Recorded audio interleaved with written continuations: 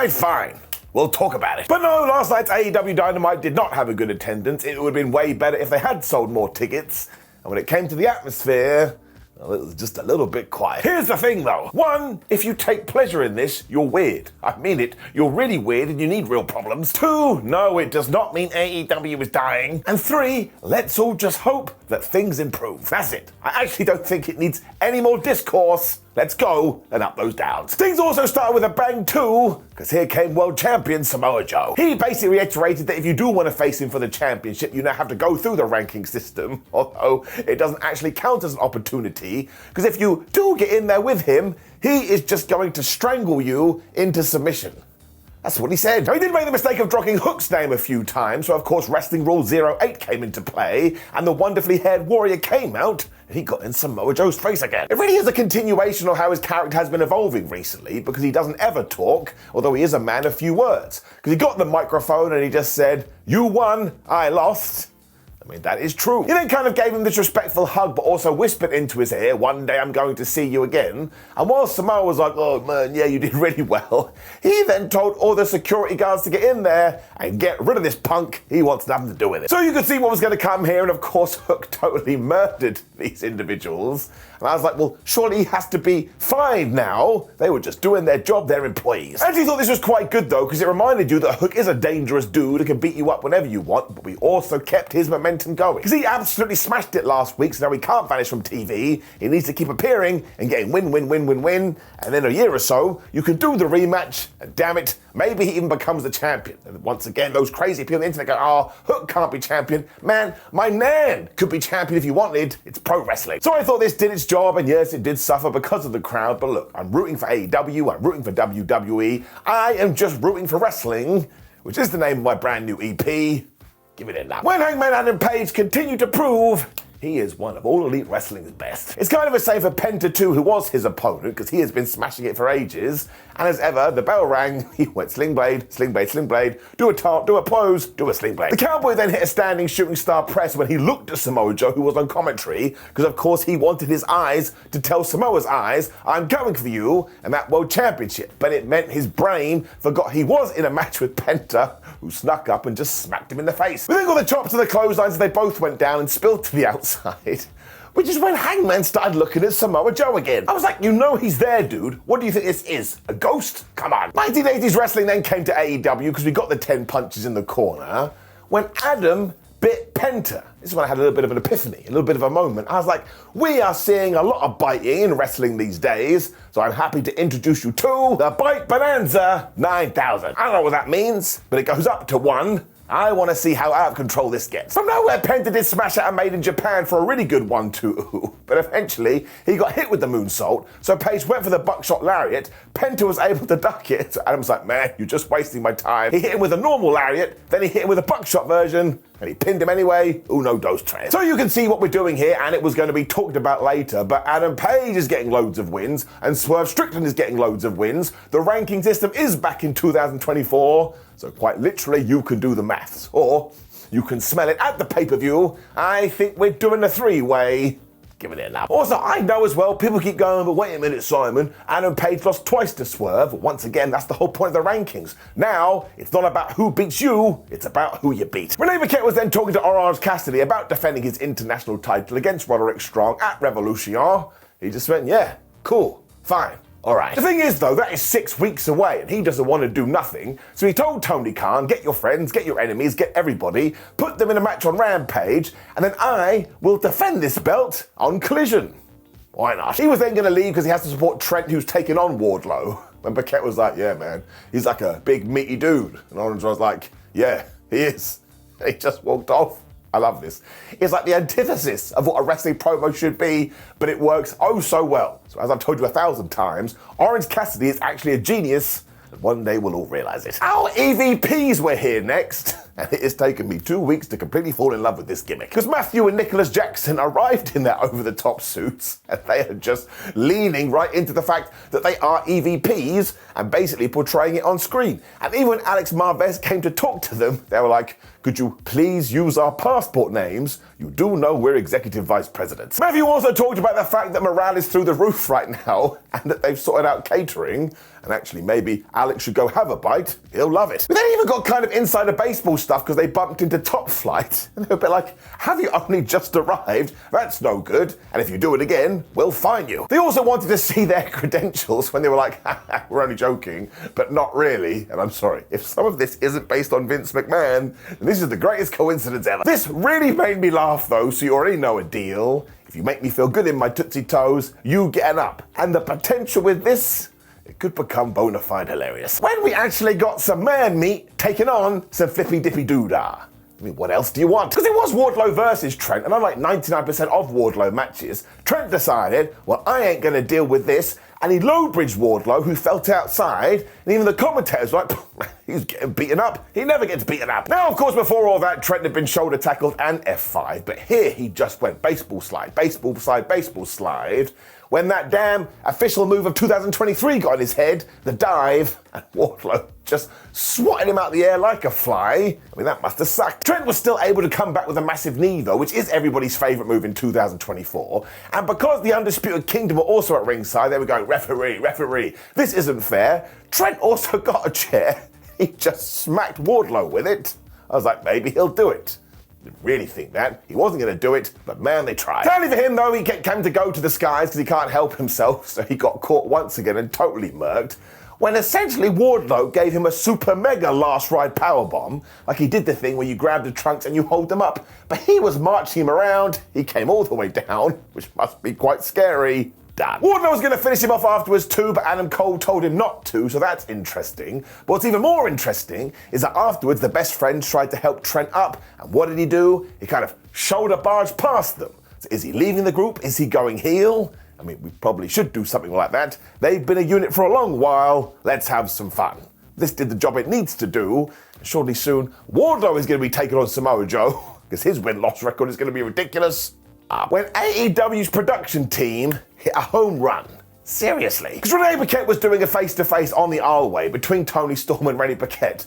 And when they were in their seats, half the screen was in colour and half the screen was in black and white. So I'm sorry, give me more of that. That's tremendous. Paquette also tried to ask Deonna something, but of course Storm jumped right in there. She was like, no, I shall start this off. I have a massage at 11 and I need to go. She also mentioned the fact that Perazzo had been body shamed recently, and if you weren't one of these idiots online that did that, no, I truly hate you. When she was like, I didn't really understand that because there's so many other things you should be shamed about. I was like, all right, fair enough. That's a great line. The Timeless One then admitted that they do have a past, they do have a history and a friendship, but she cares not for that because Perazzo thinks she can walk in here and just go geese title shot. I was a bit like, Tony, that is how it works in wrestling. I mean, it makes no sense, but it happens. Storm also promised to twist her lips so hard she'll need an epidural, which is an amazing sentence. And Deonna kind of sat there like, what are you talking about? I didn't come here to make buddies. I came here to win titles. She also does not want to wrestle this version of Tony Storm because she wants the Tony that went to Japan and lived in her house for a while. I was like, well, that doesn't make any sense. We do cook clean and watch some Netflix, but this was actually really well done because it tied into reality because one, not only did that stuff happen, but two,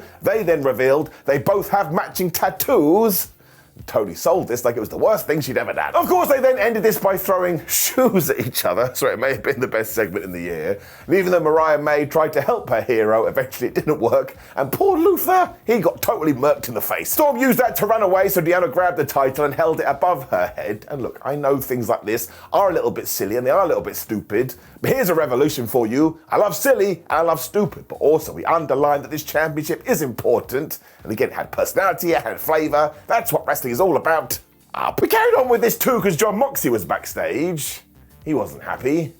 I don't think he ever is. He was talking about the fact that the BCC has won a lot of championships, but they never have a victory party, because here in AEW, the clue is in the name, it's about being an elite wrestler, and if you're not, John Moxley's gonna find you, he's gonna kick your ass. He also said that he would pulverize and torture anyone that doesn't do this. I was like, no, John, nobody wants that. He also said that when it comes to him trying to achieve this, he'll cut his heart out and bleed for the fans. Once again, I was like, John, no, please, I'm not going to be able to handle it. Lee Moriarty's the first guy that is going to get murked. I think it's either on Rampage or Collision, but John Moxley just comes from the school of Eddie Kingston promos. He could sit there and read me the story of, I don't know, Little Red Riding Hood, and I would believe every single word. I mean, he just spits fire, He's a very, very good pro wrestler. It also feels to me like he's about to get a bunch of wins and maybe he enters the world title scene too when Taya Valkyrie and Johnny TV were back on Dynamite.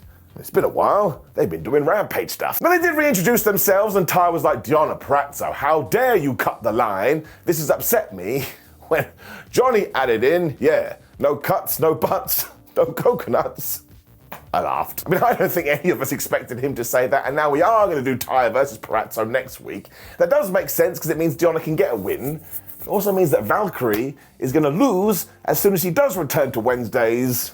But I guess sometimes it's not your turn. When we got quite the surprise, it was Swerve Strickland versus Jeff Hardy. And there has been a lot of talk about the Hardys recently, and a lot of it has been nonsense, but here, Jeff must have come out with his working shoes on, because these two had a great match. Totally surpassed my expectations. There were dueling chants as well, so finally this episode of Dynamite did have some atmosphere. And early on, Jeff hit the most devastating move in all of sports entertainment, and he held the tight. Now Swerve kicked out one, but he looked at this man like, what did you just do? His punishment was to break Jeff Hardy's arm, but this is when Matt Hardy cast him distraction. But that actually didn't work at all, because Swerve just stomped on Jeff Hardy. I was like, Jeff, it did serve you right. He then decided to mock the Hardy dance, which he shouldn't have done, because Jeff Hardy was able to get all Karate Kid here, and he swept the leg. But he also did this crazy thing, I mean, I guess it was a leg drop, where he jumped off Simba the Steel Steps into Barry Barricade, and they just kind of smushed together. I mean, that looked like it sucked. I mean, the guy really was flying for somebody who has hurty knees, and he hit the Whisper in the Wind and another leg drop, where it kind of felt like he was going to go to the top rope. He should have done it, because Strickland pushed him off. Swerve also capitalized on this instantly because he pushed Jeff into Rita the ring post. Alguien podría pensar en Rita. But then shifted up a gear because Strickland was able to get the house call, but that was only a 1-2-ooh, much to his shock. He's like, man, I'm just going to finish you off. And he hit the big double stomp, and he got the 3. We also made the point to go, oh, hi, Swerve is now also 3-0 when it comes to singles competition in 2024. But seriously, like I already said, this was way better than it should have been. Up. It all tied in too because Renee was in the back talking to Hangman Adam Page, where she was doing the same thing, going, oh my gosh, you have so many wins. And Swerve must have heard this because he walked in and said, well, don't leave me out, I have wins too. Strickland also wanted to push the idea that, wait a minute, Adam, I've beaten you twice. But Page retorted with, new year, new me, dumbass, which is so going to be a t-shirt soon. And just as they were going to leave, Paquette was like, actually, no, wait a minute, I've just found out next week is dealer's choice. This means they get to pick each other's opponent on next week's Dynamite, and that is so damn smart because now they can be like, well, who do I choose in order to put a loss on their record? Because then I can get the world title match. But if I was Swerve, I would choose myself. As we've already talked about, he has beat him twice. When Thunder Rosa's comeback trail continued, this is just wholesome stuff. She was facing Red Velvet too, who I'm also a big fan of, and after they'd done some arm drags, Thunder drop-kicked Red into the corner, and she hit the Northern Lights, and she got her first 1-2-ooh. Velvet then returned fire with strikes and a double stop of her own, which was kind of running wild on this episode of Dynamite. When Thunder tried for her finish, but Velvet realized, oh no, I don't want to take that, so she gave her the dreaded backdrop. I wouldn't call it the dreaded backdrop, but I've said it, deal with it. They had some shenanigans on the outside too, but essentially Thunder Rosa was able to get the Tijuana bomb and get the 1-2-3. But actually, the best part of all of this was afterwards, because she looked into the camera and she was like, oh man, I'm coming for you, Toni Storm. And I'm coming for... And she turned to the camera person and was like, who's the TBS champion? Now look, I don't know if it was planned or not, but my word, it worked wonderfully. The disrespect to Julia Hart. I kind of think the TBS championship would be the best route to go at the moment, because you have so many people vying for that title. You could just have good match after good match after good match. But again, this does tie into the win-loss record. I'm excited to see what Thunder Rosa can do in 2024. At this point though, I do think we have to talk about the atmosphere, and yes, it has to get it down. Again, we've already chatted about this, but there were times where it did just take away from your enjoyment of the thing. Look, I'm not blaming the fans here. If you go to a show, you can do whatever you want, but when it did get quiet, it was just a bit like, man, it would be a little bit better if there was more noise, so you can't just ignore it, therefore it's a down. But they got more building to Revolution after this, so it absolutely sucks if you're one of these guys going, oh my gosh, AEW rushes everything. With this one, they're doing a damn marathon. Because Tony Schiavone was talking to Sting and Darby Allin, with Darby being like, oh, Sting, ever since you arrived in this company, the impact you've had on me is amazing, but also all the other things you've done. Like when you were in the other place, you got injured, I thought your career was done, and then we did a training session together, and you were better than ever, and that gave me confidence, the best father and son combo ever. There's also a great bit where we cut to the back and the Young Bucks were producing this segment because they are EVPs. I think at one point Matthew was even like, nah man, This shot's no good. I can't wait. As the rankings are back as well, surely Sting and Darby do deserve a World Tag Team title shot because they are undefeated in 27-0. Yes, you're allowed to raise an eyebrow to this. Because literally 10 minutes earlier, we were talking about the fact that the rankings have been reset in 2024, and now Darby's going, man, look at our entire record. I mean, if this is the case, there should be a bunch of guys who are going, hey, I've done well too, Geese title shot. They still challenge Ricky Starks and Big Bill to a championship match, which is happening in 2 weeks, especially because they then passed the microphone to Sting, and Sting was like, damn it, let's do it. So this is super cool, and of course the big question is, what do we do at the pay-per-view? Because we will go in 2 distinct directions. Either 1, the Young Bucks will Ric Flair Sting, they'll take the championships, or 2, you could have the most wonderful ending ever, where Sting does win, and he ends his career as a tag team champion. I'm sorry, that will make me feel so damn warm and fuzzy in my tum-tum. I can't wait for this. Revolution is totally sold out. It is going to be one for the ages. Genuinely pumped, getting it up. But yes, you can't argue that rankings thing we just talked about. And when I try to justify it and I can't, well down. Starks and Large William then did accept this, so it is going to go down, like I say, in a fortnight, where Ricky was like, well, isn't this going to be poetic? Because I had your first match in AEW, and trust me, bro, you ain't even going to make it to the pay-per-view. Somebody's gonna kill him. When we got reintroduced to our brand new supergroup, because if you didn't see Collision, the Acclaimed and Bullet Club Gold have come together, and they're now the Bang Bang Scissor Gang, only in wrestling. They're also taking on the Mogul Embassies for the AEW Trios titles, and of course the Acclaimed got the victory. And as I did say last week too, surely this ends with both of them splitting up and merging all the 6-man titles together. So we have 2 sets at the moment. I don't think we need 2. Otherwise it was Max Caster using speed to start with, as Anthony Bowens did the same thing. When the Gates of Agony got in there, and they countered with power, and that did actually work. So the age-old question has been answered. Bowens also got wrecked with his pounce as Brian Cage was also being a man-mountain when we got the hot tag to Billy Gunn, and this guy just went crazy. I mean, he is 60 years old, and he looks like a huss, and he moves like a huss. He doesn't make any sense. So he is 2 + 2 = potato, although Leona did get in there to stop him hitting the Faymaster. But Anthony Bowens must have taken a Phoenix down, because he got right back up, and then yes, he got taken out with an F5. I was like, damn it, you should have taken a med pack. Everybody then just went move, till everybody was on the floor when Prince Nana freaked out and he tried to use a chair. But this is when having buddies did pay off, because who was there to stop him? It was none other than Jay White. The Guns were also around to drag Nana away, which left Khan all by himself. Somebody better tell Celine Dion. That will annoy Eric Carmen, but he was then murdered by the Famouser, by the mic drop, and by the Arrival, so it was a 1-2-3. So again, this was just a victory to let you know they have come together. In about 6 weeks, they're probably going to break up. So I thought this was pretty good, so I shall give it an up when we also got a great video, because on Collision, Serena Deeb returns to AEW, and honestly, she has been through it. This rules. It also means it was time for our main event. I tell you, I could have lived 79 lifetimes, and not in my wildest dreams did I ever think I would see this. Adam Copeland versus Minoru Suzuki. AEW is now doing this thing where they'll take one match and it will be commercial free, which is what happened here. So they were just able to move at a speed pretty impressive for these two. They went go, go, go.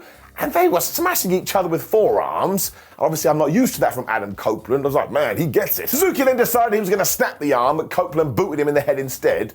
And when they went to the outside, essentially, Adam speared him through Barry Barricade. So in many ways, this is like Goldberg versus Lesnar from WrestleMania.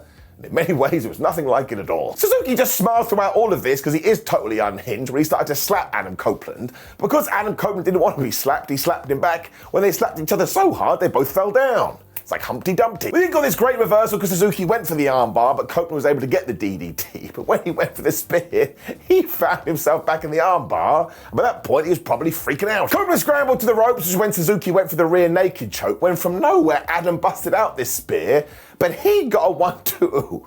You should have seen his face. He couldn't believe it. I was like, bro, it's Suzuki. You gotta kill him. It was so true too, because Suzuki then rose from the ashes like a damn zombie, where he did lock in the choke. And honestly, once again, this guy, because 1, he was strangling Adam Copeland for real, or 2, for effect, Adam held his breath, his flipping face went purple. He soon realised he was dying, so he wiggled out of this, where he kind of turned Suzuki into the kill switch and hit it, kind of, sort of, but not really, but who the flub cares? And he got the 1-2-3. And then it got even better, because he wanted to shake Suzuki's hand, and Suzuki just went, made a bunch of noises, and he walks off. This guy is the best. We also saw Christian Cage watching this from the back, although yes, it was footage from before All Out 2023, and all wrestling companies have to know this. You can't get it past the fans. They're all nerds. Copeland then grabbed the microphone and said he was glad that Suzuki hadn't shaken his hand because even he would have been disappointed when he said, "Christian, I hope you're watching because I'm coming for that TNT title." And I was like, yes, he is watching, Adam. From last year. I can never get mad at this stuff though because it should never have happened and it's just a fever dream watching two people from complete opposite ends of the wrestling spectrum go to war. Man, I had a wonderful time. Which brought us to the end of AEW Dynamite, and I think everybody would admit this episode did feel a little bit lackluster because of all the things we've talked about, but there was still enough good in it to give it an up. Honestly, you could have just given me Copeland versus Suzuki and I would have been a happy man. But I am quite simple. Now, of course, please do click the video on the screen, which is ups and downs for Raw, so you can support all of our content here. Like the video, share the video, and subscribe. Let me know how wrong I am in the comments. Make sure you get ready for the Royal Rumble, my friends. We are 2 days away. It's going to be a humdinger. Goodbye.